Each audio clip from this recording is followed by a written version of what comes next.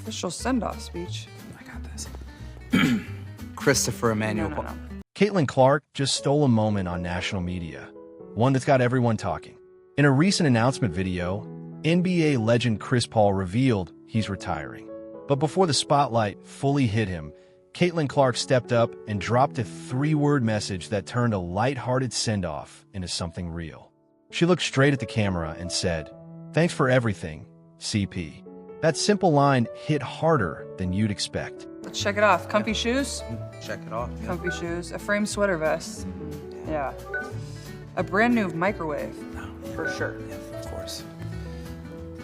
Official send-off speech. I got this. Christopher Emmanuel. No. Thanks for everything, CP. The news hit the sports world fast, and it hit with weight. Chris Paul, one of the most intelligent point guards to ever touch a basketball, announced that this NBA season will be his final run. No farewell tour, no giant PR push, just a simple, honest declaration that shook fans and players across the league. You guys have been intertwined in so many ways over the course of your career. What's your thought about him, kind of making the announcement? And what do you wish for him to get out of his final season? Happiness, just be as happy as he possibly can.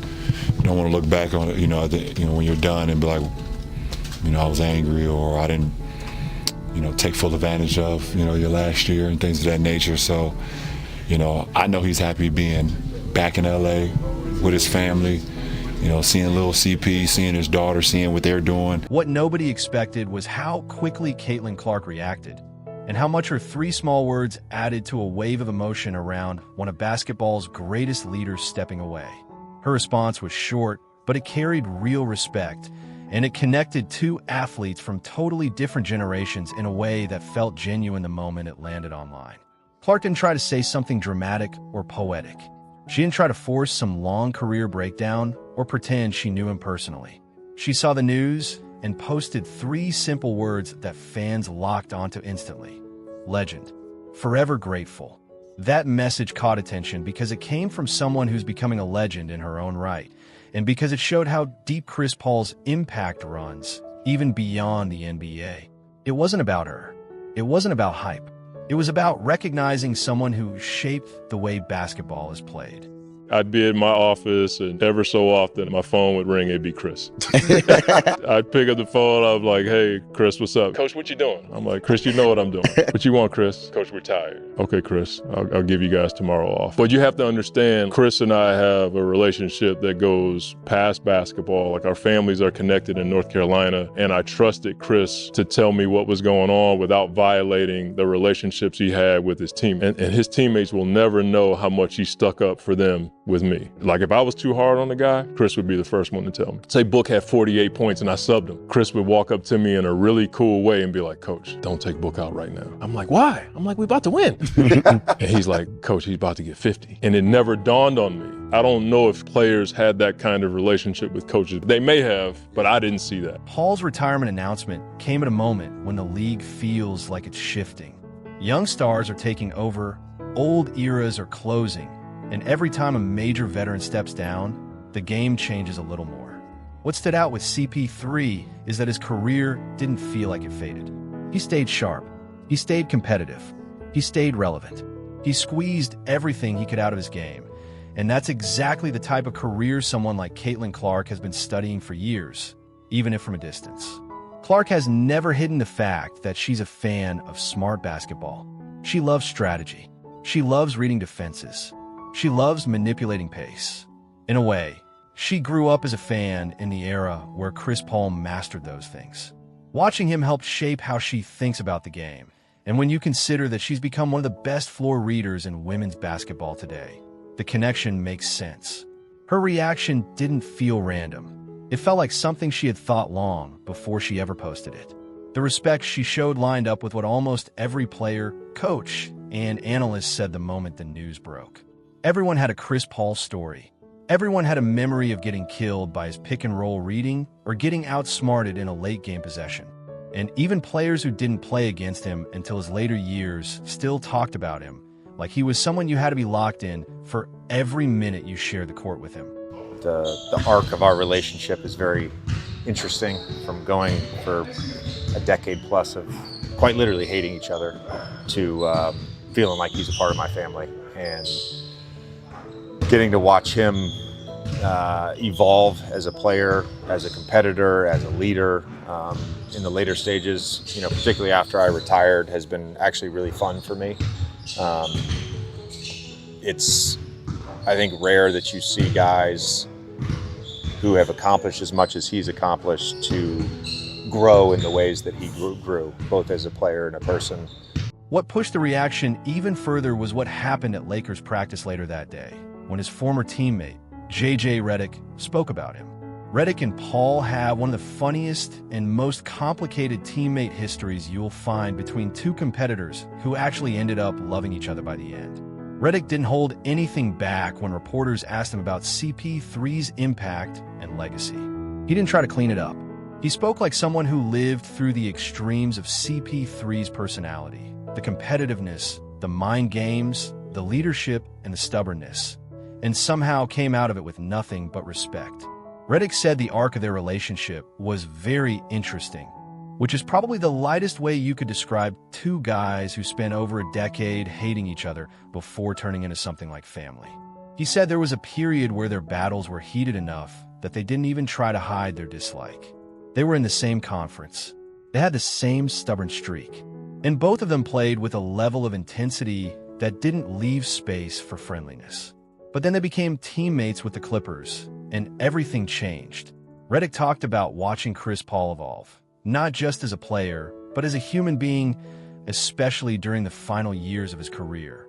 He talked about how CP3 grew in ways you rarely see from players who have already accomplished so much. He said Paul got better at leading, better at understanding the room, and better at handling moments that would have gone differently earlier in his career. That stood out because JJ has played with stars who never changed at all. But CP3 did, and that's part of what made this retirement announcement hit differently. And we used to talk about this with the Clippers all the time, like squeezing the juice out of a possession, and he was the master at that. He squeezed the juice out of every possession, and that's like the micro version of him, is just manipulating the game, thinking the game, squeezing the juice out of every possession. He squeezed the juice out of his career. He's done that for, over 2 decades, and it's remarkable for a player his size to be able to compete at that level for so long and so consistently. The game will miss him. I'll say that. The game will miss him, and I'm sure he'll have some amazing opportunities in retirement. One of the funniest parts of Redick's story came when he described an early moment between them. He said during his rookie year, back when they absolutely hated each other, Chris Paul walked over to him during a dead ball, stood in the corner, and looked right at him. Redick was in a suit on the bench, not even playing. Paul stared at him and said, "Yeah, this is a lot different from college, isn't it, JJ?" Redick said right then he thought, "I hate that guy." And you can picture it. CP3 smirking, JJ steaming. Two competitors who were built to irritate each other. What sold the story even more was how Redick described what came later. He said once they became teammates, the thing he valued most wasn't the trash talk or the battles. It was their nonverbal connection on the court. He called it synergy, the kind you don't even have to explain. He said no other teammate gave him that same connective tissue. When they were playing well, the whole team functioned like one single organism, and Paul was the center of the system. My rookie year, I was in a suit, and this is when we hated each other. And he came over during a dead ball. He was in the left corner, and I was behind the bench. And he goes, "Yeah, this is a lot different from college, isn't it, JJ?" And I said, "I fucking hate that guy." Damn. That tracks.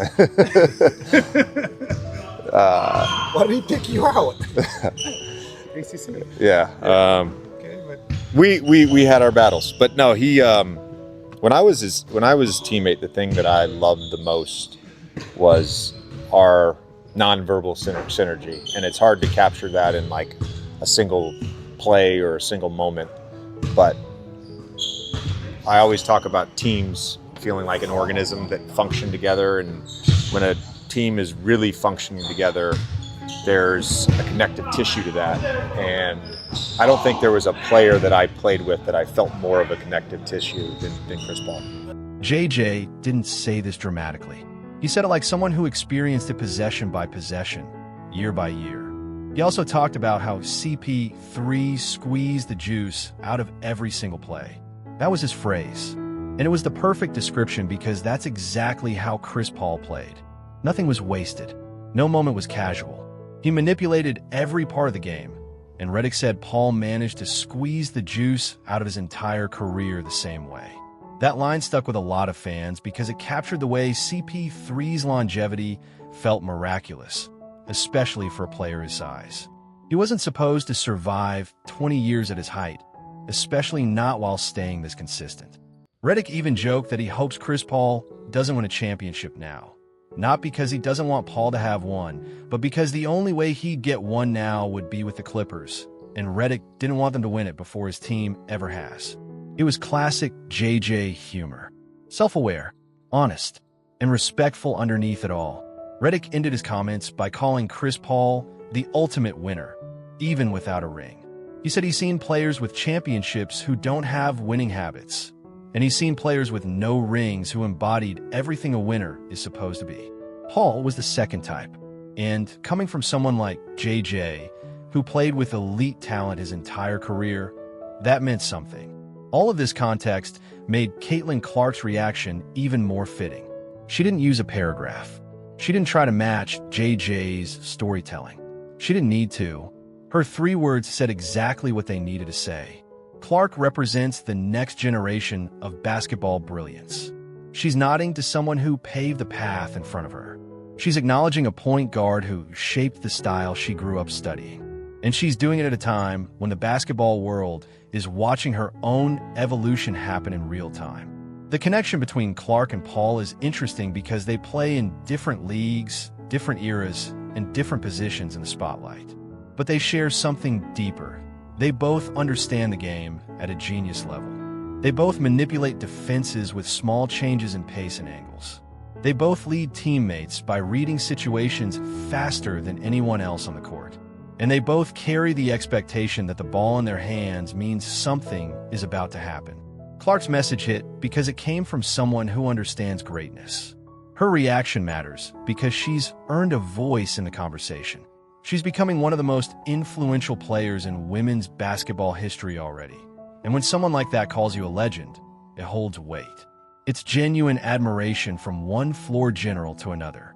Paul's retirement creates a moment where fans look back at everything he did. The battles, the heartbreaks, the near championships, the leadership, the controversies, the brilliance. And alongside that, we see the next wave of great players watching, absorbing, and reacting. Clark represents that next wave. She's watching one era close as her own keeps rising higher. She's also watching someone who taught the basketball world how to compete. Chris Paul competed in a way that demanded respect from everyone who shared the court with him. Whether you loved him or hated him, you felt him every possession. And that's exactly the type of presence Clark brings every time she steps on the floor. Never casual, never timid, always locked in. The moment Clark posted her message, fans from the WNBA, the NBA, college hoops, and even casual sports viewers noticed. It felt like 2 worlds connecting. It showed how influence slides back and forth across leagues. And it reminded everyone that respect is universal when the greatness is undeniable. That's why this retirement moment feels bigger than just one player stepping away. It marked a shift in the basketball timeline. One floor general is leaving. Another is rising. One legend is closing a chapter. Another is writing hers. And the torch doesn't always need to be passed in some formal moment. Sometimes it's passed with 3 simple words from someone who understands what made that career special. Chris Paul's career will be studied for decades. Coaches will break down his reads. Young guards will copy his pace changes. Analysts will debate where he ranks among the greatest point guards of all time. But the truth is simple. Generations of players, including Caitlin Clark, learned something from him. They learned how to control a game without always scoring. They learned how to manipulate matchups. They learned that leadership can be loud, quiet, harsh, thoughtful, emotional or strategic, and still effective. Paul leaves behind a legacy that stretches across leagues, ages, and levels. And Clark acknowledging him in her own way shows how far that legacy reaches. She understood the moment. She respected it. And she recognized a legend when she saw one. Fans will keep reacting. Players will keep sharing memories. And the impact of his retirement will keep echoing for a long time. But for now, his career sits in a space where celebration and reflection meet, and athletes like Caitlin Clark help shape how the moment feels. Her reaction added warmth. Reddick's story added depth. And the basketball world added respect. If you enjoyed this breakdown and want more stories that connect basketball through its biggest personalities, make sure you like the video, drop a comment with your thoughts, hype it up, and hit subscribe so you never miss the next one.